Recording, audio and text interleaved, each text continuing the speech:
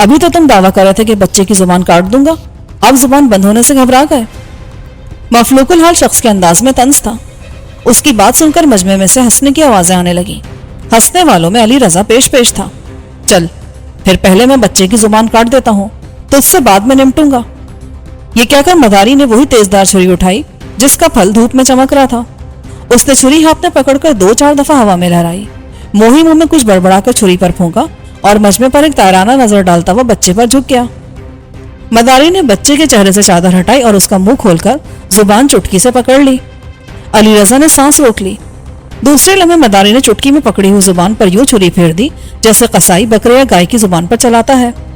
لڑکا لمحے بھر کو تڑپا، پھر ساکت ہو گیا۔ اس کے منہ سے گاڑھا گاڑھا خون بہ کر چہرے سے ہوتا ہوا زمین میں جذب ہو رہا تھا۔ مداری کے ہاتھ میں کٹی ہوئی زبان تھی، اس کی انگلیاں بھی خون میں لتھڑی ہوئی تھی۔ اس نے زبان ہاتھ میں لے کر دائرے میں ایک چکر لگایا تاکہ تمام لوگ اس کٹی ہوئی زبان کو دیکھ لیں۔ لوگوں کے چہروں پر حیرت کے ساتھ ساتھ تعصب بھی تھا۔ مداری ڈرامائی انداز میں بولا، پیٹ کی خاطر لوگ سب کچھ کرتے ہیں صاحبان، مگر آپ نے ایسا کوئی سنگدل باپ نہ دیکھا ہوگا جو اپنے بیٹے کی زبان کاٹ لے، مگر مر جائیے پاپی پیٹ۔ اس نے زور زور سے اپنے پیٹ پر ہاتھ مارا۔ اس کی بدولت مجھے روز اپنے بیٹے کی زبان کاٹنا پڑتی ہے۔ لوگوں نے اس کی تقریر سے متاثر ہو کر پیسے پھینکنا شروع کر دیے۔ علی رضا بھی بہت متاثر ہو گیا تھا۔ اس کی جیب میں صرف 1 روپیہ تھا۔ اس نے وہی روپیہ مداری کو دینے کے لیے نکالا، پھر اس کی نظر اچانک اس خون پر پڑی جو بچے کے منہ سے بہہ کر زمین پر گرا تھا۔ علی رضا سائنس کا طالب علم تھا۔ وہ جانتا تھا کہ انسانی خون تھوڑی ہی دیر بعد لوتھڑوں کی شکل میں جم کر سیاہی مائل ہو جاتا ہے، مگر نہ تو زمین پر گرنے والا خون جمع تھا اور نہ ہی اس کی کٹی ہوئی زبان پر خون جمع تھا جو اس وقت بھی مداری کی چٹکی میں دبی ہوئی تھی۔ ذرا مجھے زبان دکھانا، میں دیکھنا چاہتا ہوں کہ… علی رضا نے ہمت کر کے کہا، زیادہ ہوشیار بننے کی کوشش مت کر، چل بھاگ یہاں سے، جب سے آیا الٹی سیدھی باتیں کر رہا ہے۔ مداری نے قہر آلود انداز میں سے جھڑک دیا، تمیز سے بات کرو۔ علی رضا کو غصہ آ گیا، بے وقوف بناتے ہو لوگوں کو، تم نے سرے سے زبان کاٹی ہی نہیں، یہ بکری کی زبان ہے، بکواس کرتا ہے۔ مداری بپھر کر بولا، میں نے اپنے بیٹے کی زندگی داؤ پر لگا دی اور تو کہہ رہا ہے کہ یہ بکری کی زبان ہے؟ صاحبان، اگر میرے پاس وقت ہوتا تو میں آپ سب کو یہ زبان ضرور دکھاتا، مگر یہ کچھ اور دیر میرے ہاتھ میں رہی تو ٹھنڈی ہو جائے گی، پھر اسے جوڑنا مشکل ہو جائے گا۔ کیا آپ اس بے وقوف لڑکے کی باتوں میں آ کر چاہیں گے کہ میرا بچہ ہمیشہ کے لیے گونگا ہو جائے؟ اسے بکواس کرنے دو، تم جلدی سے اس کی زبان دوبارہ لگا دو۔ کوئی چیخ کر بولا۔ کچھ لوگوں نے مداری کی طرفداری کی، مگر بیشتر لوگ ایسے تھے جو علی رضا کی حمایت کر رہے تھے۔ نتیجہ یہ نکلا کہ مجمع درہم برہم ہو گیا۔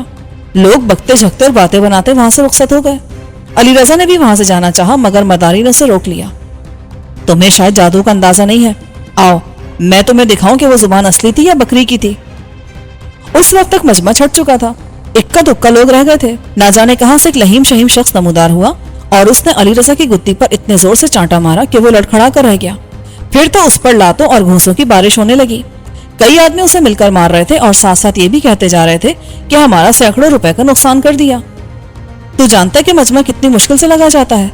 ہم تو تجھے ایسا سبق سکھائیں گے کہ آئندہ تو ادھر کا رخ بھی نہیں کرے گا۔ افلاطون کی اولاد، بھرے مجمع میں کہہ دیا کہ بکری کی زبان ہے، ابھی جب تیری زبان کاٹیں گے تو پتہ چلے گا کہ اصلی زبان کیسے کٹتی ہے۔ علی رضا بری طرح چیخ رہا تھا، مجھے کیوں مار رہے ہو؟ میرا قصور تو بتاؤ، میں نے تو صرف اپنی معلومات کے لیے تم سے پوچھا تھا کہ وہ زبان اصلی ہے یا نقلی۔ اچانک وہی شخص نمودار ہوا جس نے پہلے بھی علی رضا کی حمایت کی تھی۔ وہ ڈپٹ کر بولا، چھوڑ اس لڑکے کو ورنہ ایک ایک کو بند کرا دوں گا۔ تم لوگ شاید مجھے جانتے نہیں ہو، میں چاہوں تو بلوے اور مار پیٹ کے الزام میں ابھی تم سب کو جیل بھجوا دوں۔ یہ کہہ کر اس نے اپنی جیب سے خوبصورت سا پلاسٹک کوٹڈ شناختی کارڈ نکالا اور اس کی ایک جھلک دکھا کر دوبارہ جیب میں رکھ لیا۔ مار پیٹ کرنے والوں کے چہرے دھواں ہو گئے۔ مداری خوش آمدانہ لہجے میں گھگیا کر بولا، غلطی ہو گئی سرکار، مجھے معلوم نہیں تھا کہ یہ بچہ آپ کے ساتھ ہے، معاف کر دیں حضور۔ غلطی کے بچے؟ تم لوگوں نے مار مار کر اس بچے کی حالت تباہ کر دی اور کہہ رہے ہو کہ غلطی ہو گئی؟ تم سب کو تھانے چلنا پڑے گا۔ اس بچے کے علاج معالجے پر کم از کم 1000 روپے خرچ ہو جائیں گے۔ اگر اس کے باپ کو معلوم ہوگا کہ بچے کی یہ حالت تم نے بنائی ہے تو وہ کم از کم 3 دن تھانے میں الٹا لٹکا کر تمہیں مارے گا۔ وہ پولیس کا پیشہ ور افسر ہے۔ آپ علاج کے لیے پیسے لے لیں حضور۔ مجھے رشوت دینے کی کوشش کر رہے ہو؟ یہ تو دوسرا سنگین جرم ہے۔ رشوت کہاں سرکار، یہ تو اس بچے کے علاج کے لیے پیسے ہیں۔ یہ بچہ بھی اتنا گیا گزرا بھی نہیں کہ تجھ جیسے بھکاری سے علاج کے لیے پیسے لے گا۔ باوقار شخص کے لہجے میں نفرت بھری تھی۔ مجھے یوں بھی کوئی چوٹ نہیں آئی تھی جس کے لیے علاج کی ضرورت پیش آتی یا مجھے ہاسپٹل میں ایڈمٹ ہونا پڑتا۔ اس قسم کی چوٹیں تو ہاکی اور فٹ بال کھیلتے ہوئے ہر دوسرے دن لگتی تھیں۔ پھر پچھلے ہی مہینے میں نے کراٹے کلب بھی جوائن کیا تھا، وہاں اس سے بھی زیادہ چوٹیں لگتی تھیں۔ کراٹے کی وجہ سے تو میں شدید زخمی ہونے سے بچ بھی گیا تھا، البتہ میں نے جوابی حملہ نہیں کیا تھا، بس اپنا دفاع کر رہا تھا۔ اپنا بچاؤ کرنے کے باوجود میرا یہ حال تھا کہ میرے ہونٹ بری طرح سوج گئے تھے، دائیں آنکھ کے نیچے نیلے رنگ کا گہرا سا حلقہ بن گیا تھا اور شرٹ کا گریبان تار تار تھا۔ میں نے معاملہ رفع دفع کرنے کی خاطر کہا، چھوڑیں جناب، میں مزید بکھیڑوں میں نہیں پڑنا چاہتا، یوں بھی مجھے دیر ہو رہی ہے، اگر میں وقت پر گھر نہ پہنچا تو میری امی پریشان ہوں گی۔ اس بچے کے کہنے پر میں اس دفعہ تو تمہیں چھوڑ رہا ہوں، اگر آئندہ تم نے کوئی دنگا فساد کرنے کی کوشش کی تو تمہیں اور تمہارے تمام ساتھیوں کو کم از کم 3 سال کے لیے جیل کے اندر کر دوں گا۔ پھر وہ مفلوق الحال شخص سے مخاطب ہوا، تو بھی اس کا ساتھی ہے نا؟ تجھے روز کتنے پیسے دیتا ہے یہ؟ اور مزید تیرے کتنے ساتھی ہیں؟ اس شخص کی بات سن کر کچھ لوگوں نے وہاں سے کھسکنے کی کوشش کی۔ یہ وہ لوگ تھے جو مجھے مارنے میں پیش تھے، کوئی اپنی جگہ سے نہیں ہلے گا۔ باوقار شخص گرج کر بولا، پھر اس لڑکے سے مخاطب ہوا جس کی زبان مداری نے کاٹی تھی، اور اب تو بھی کھڑا ہو جا بچے جمہورے۔ اس کے ساتھ ہی اس نے بچے جمہورے کے ایک زوردار لات رسید کی۔ وہ ہڑبڑا کر کھڑا ہو گیا، اس کے ہونٹوں اور چہرے کے دوسرے حصے پر ابھی تک خون لگا تھا۔ نام کیا ہے تیرا؟ لڑکا تذبذب کے عالم میں کھڑا تھا۔ بتاتا یا تجھے بھی لوگوں کے ساتھ تھانے لے جاؤں؟ وہاں 2 منٹ کی مار میں تو اپنا نام تو کیا اپنے پورے خاندان کا نام بتائے گا۔ پھر اس نے آگے بڑھ کر لڑکے کے گال پر زناٹے دار تھپڑ رسید کیا۔ بتا، کیا نام ہے تیرا؟ کریمو۔ میرا نام کریم الدین ہے، مگر بابا مجھے کریمو کہتا ہے۔ مجھ پر گویا حیرتوں کا پہاڑ ٹوٹ پڑا۔ لڑکے کی کٹی ہوئی زبان اب بھی مداری کے ہاتھ میں تھی اور وہ فرفر بول رہا تھا۔ اس کا مطلب تو یہی تھا کہ وہ مداری اپنی ذہانت اور ہاتھ کی صفائی سے پورے مجمع کو بے وقوف بنا رہا تھا۔ بولو، اب کیا کہتے جادوگر صاحب؟ باوقار شخص نے جادوگر پر زور دیتے ہوئے کہا، لوگوں کی ہمدردیاں سمیٹنے کے لیے تم اپنے بیٹے کی زبان کاٹنے کا مظاہرہ کر رہے ہو۔ اس دفعہ معاف کر دیں سرکار، آئندہ میں یہ کرتب نہیں دکھاؤں گا، بلکہ آپ کہیں گے تو میں آپ کے علاقے میں ہی مجمع نہیں لگاؤں گا۔ اسے معاف کر دیں انکل، غریب آدمی ہے، آپ کو دعائیں دے گا اور آپ کا بہت بہت شکریہ کہ آپ نے میری مدد کی۔ اب مجھے اجازت دیجیے۔ نہیں بیٹا، تم پہلے اپنا حلیہ درست کر لو، منہ ہاتھ دھو لو، پھر کسی اچھی سی جگہ بیٹھ کر ہم چائے پئیں گے، اس کے بعد میں تمہیں گھر ڈراپ کر دوں گا۔ اس حلیے میں گھر گئے تو تمہاری امی پریشان ہو جائیں گی۔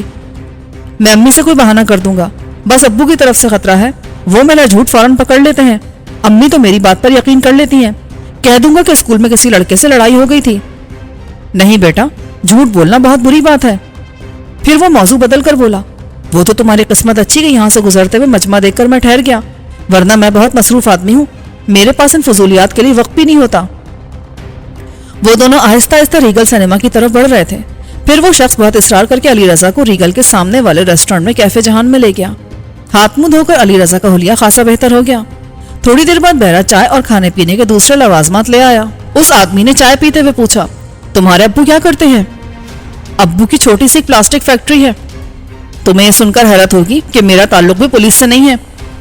وہ شخص ہنس کر بولا، میں نے تم کو جھوٹ بولنے سے منع کیا تھا، مگر مصلحت کے تحت کبھی کبھار جھوٹ بولنا پڑتا ہے، ورنہ وہ لوگ تمہیں مار مار کر دھواں کر دیتے۔ اس قسم کے لوگ بہت خطرناک ہوتے ہیں، ان سے الجھنا نہیں چاہیے۔ مجمع میں 5-6 آدمی ضرور ہوتے ہیں ان کے، پھر تمہیں ان فضولیات میں وقت ضائع کرنے کی ضرورت بھی کیا ہے؟ یہ بتاؤ، آج تم اسکول کیوں نہیں گئے؟ اور تمہارا اسکول بیگ کہاں ہے؟ سب کچھ مجھے سچ سچ بتا دو، تم اچھے خاندان کے لڑکے لگتے ہو، اسکول سے بھاگو گے تو جاہل رہ جاؤ گے۔ اس نے اتنے اصرار اور اپنائیت سے پوچھا کہ علی رضا نے اسے سب کچھ سچ سچ بتا دیا کہ وہ اسکول سے کیوں بھاگتا ہے۔ تم مجھے اسکول کا نام بتاؤ۔ اس شخص کو غصہ آ گیا، اچھے اسکولوں میں بچوں کی پٹائی کرنے کا رواج نہیں ہوتا، میں تمہارے پرنسپل صاحب سے بات کروں گا، تم کل اسکول جا کر پرنسپل صاحب کو بتا دینا کہ میرے انکل وقار آپ سے ملنے آئیں گے۔ مگر انکل، اس طرح تو ماسٹر صاحب مزید میرے دشمن بن جائیں گے۔ آپ نے پرنسپل صاحب سے شکایت کی اور ماسٹر صاحب کو ان سے جھاڑ پڑی تو وہ سارا غصہ مجھے پر اتاریں گے۔ تم اس کی فکر مت کرو، وہ آئندہ تم سے کلفس بھی نہیں کہیں گے، مگر شرط یہی ہے کہ تم بھی انہیں شکایت کا موقع نہیں دو گے۔ چلو اب میں تمہیں گھر چھوڑ دوں۔ علی رضا نے وقار انکل کو اپنے اسکول کا نام بتایا اور وہ دونوں ریسٹورنٹ سے باہر نکل آئے۔ کچھ فاصلے پر انکل کی چمچماتی کار کھڑی تھی۔ گاڑی علی رضا کے ابو کے پاس بھی تھی، مگر وہ کئی سال پرانی تھی۔